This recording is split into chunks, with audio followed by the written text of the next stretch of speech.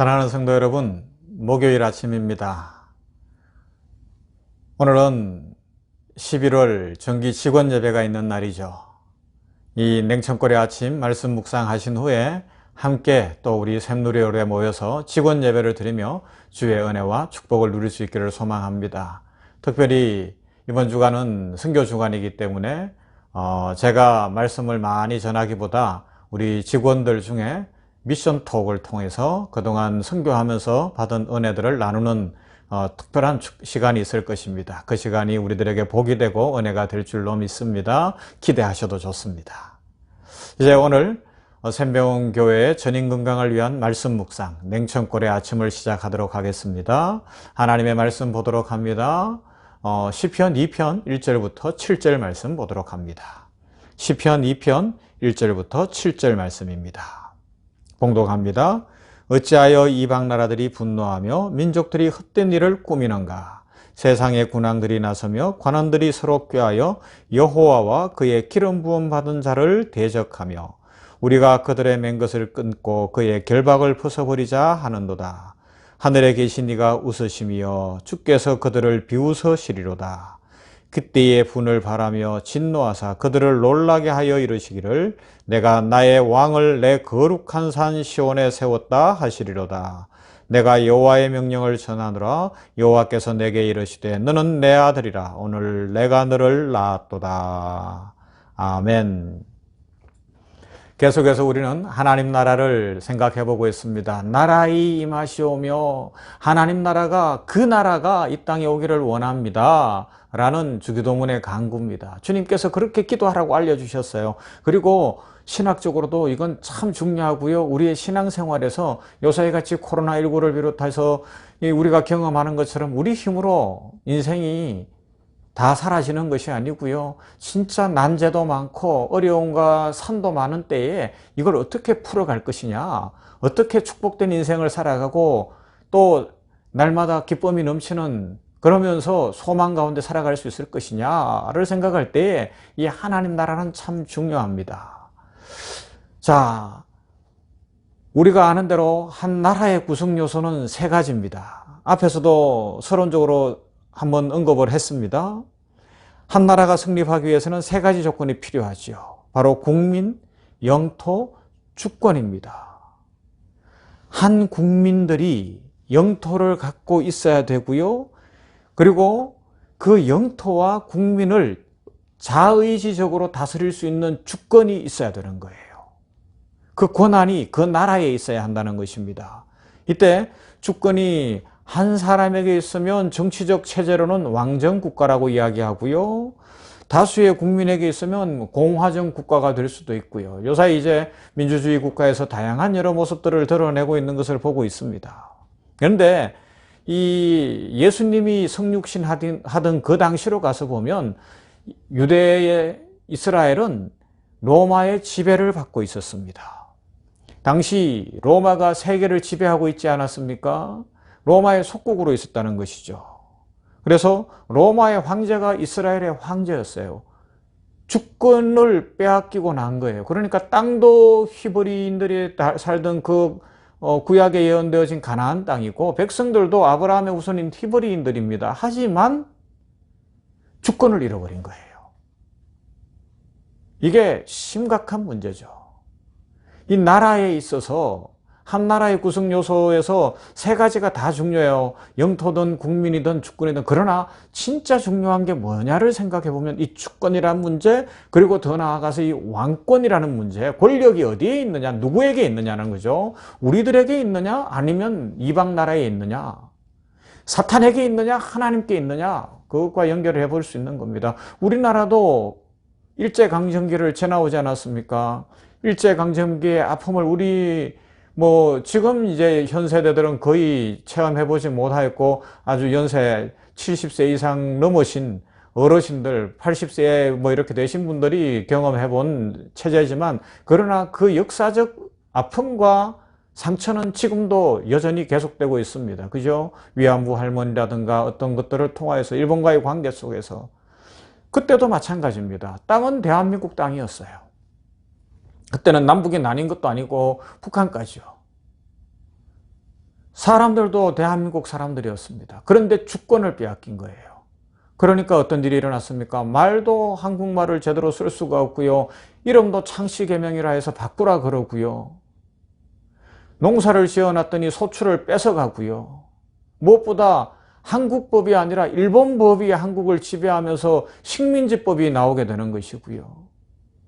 이 주권을 빼앗기면, 왕권을 빼앗기면 안 된다는 것입니다.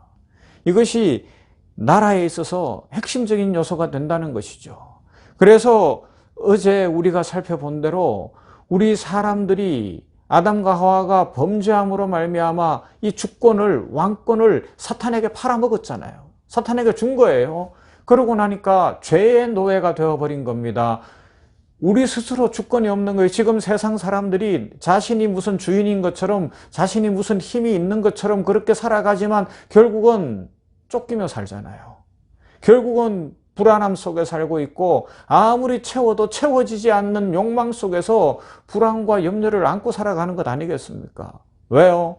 주권이 없기 때문에 그렇습니다. 왕권이 없기 때문에 그렇습니다. 그래서 하나님 나라를 생각할 때 가장 중요한 요소로 생각해야 되는 것이 뭐냐? 바로 이 주권의 문제, 왕권의 문제라는 것입니다.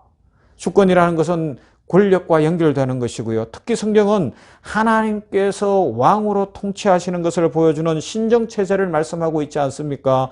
오늘 본문에서도 말씀하시잖아요. 여호와가 왕이시고 여호와께서 또 주 예수 그리스도 아들을 향하여 왕이라고 내가 너를 낳았다고 말씀하시며 그를 세우는 겁니다. 내가 나의 왕을 내 거룩한 산 시온에 세웠다.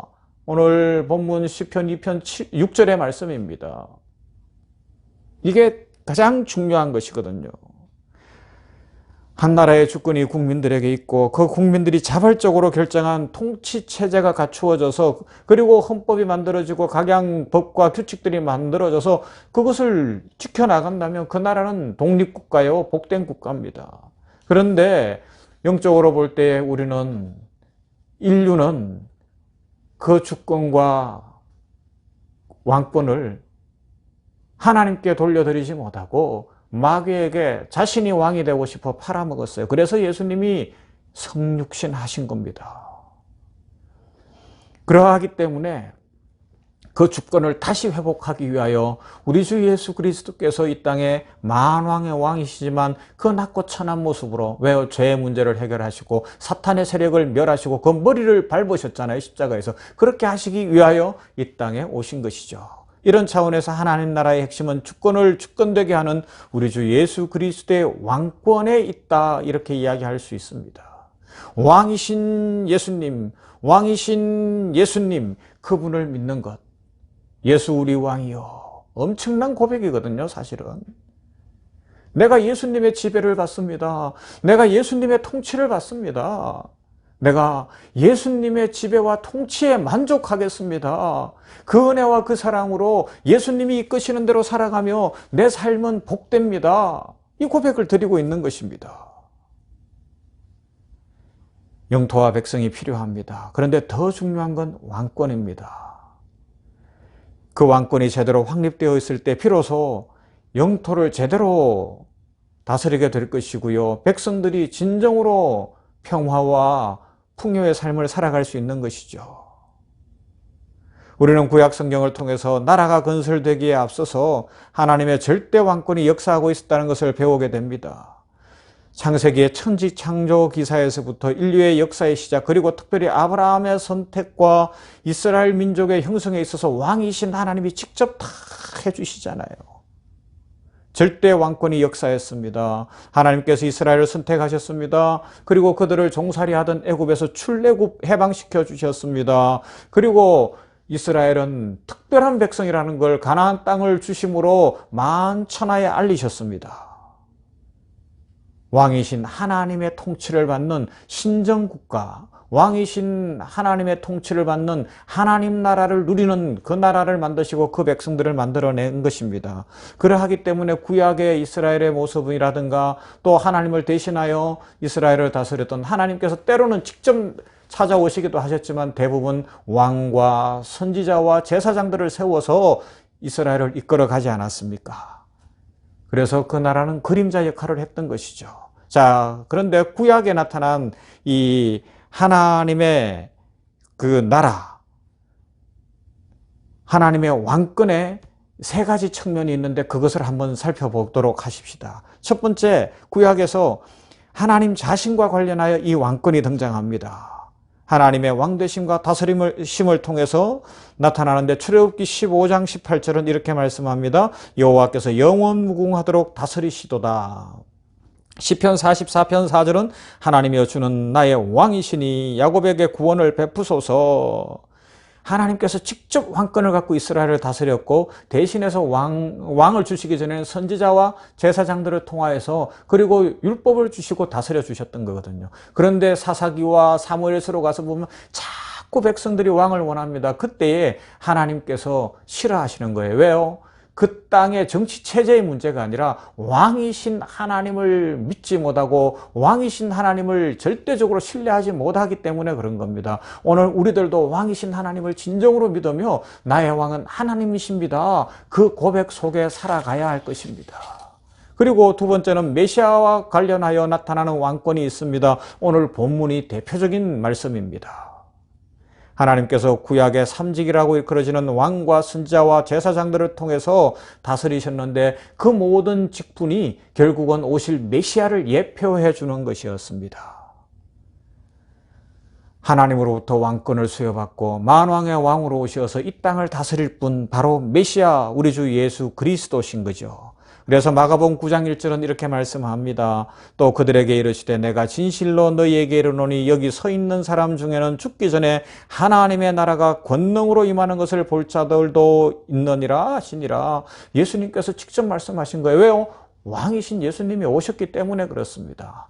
더더욱 중요한 세 번째는 뭔가 하면 인자 같은 이와 관련하여 나타나는 왕권이 있어요. 이건 구약의 묵시로 기록되어진 다니엘서에 대표적으로 나타납니다. 이게 신약 바울 신학에서도 중요한 요소인데요.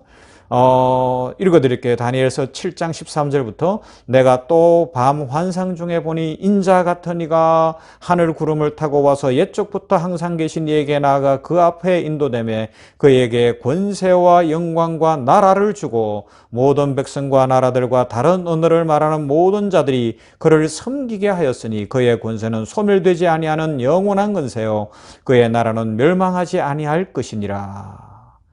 메시아 예언입니다. 바벨론의 포로가 되어 있는 이스라엘 백성들을 긍휼히 여기시는 하나님께서 다니엘에게 묵시를 주시는 거예요. 회복이 있을 것이다. 진정한 완성이 있을 것이다. 인자 같은 이가 나타날 것이다. 그 나라는 다시는 죄 때문에 나라가 망하지 않도록 할 것이다. 라는 완전한 그 나라를 보여줍니다. 이와 같이 이미 구약 성경에 나오는 하나님 나라의 개념에 유대인들은 익숙해져 있었어요. 그럼에도 불구하고 그들은 우리가 계속 살펴보는 것처럼 자꾸만 육신적으로 나라를 구하고 있고 왕을 구하고 있는 겁니다. 현실의 형편만 해결해달라고 이야기하고 있는 겁니다. 여러분 얼마나 안타까워요. 지금 우리 신약의 눈으로 보고 예수 그리스도 안에서 조명해보면 구약의 사람들, 지금 유대인들, 히브리인들이 얼마나 어리석어 보입니까? 그런데 우리도 그런 실수를 범할 수 있어요.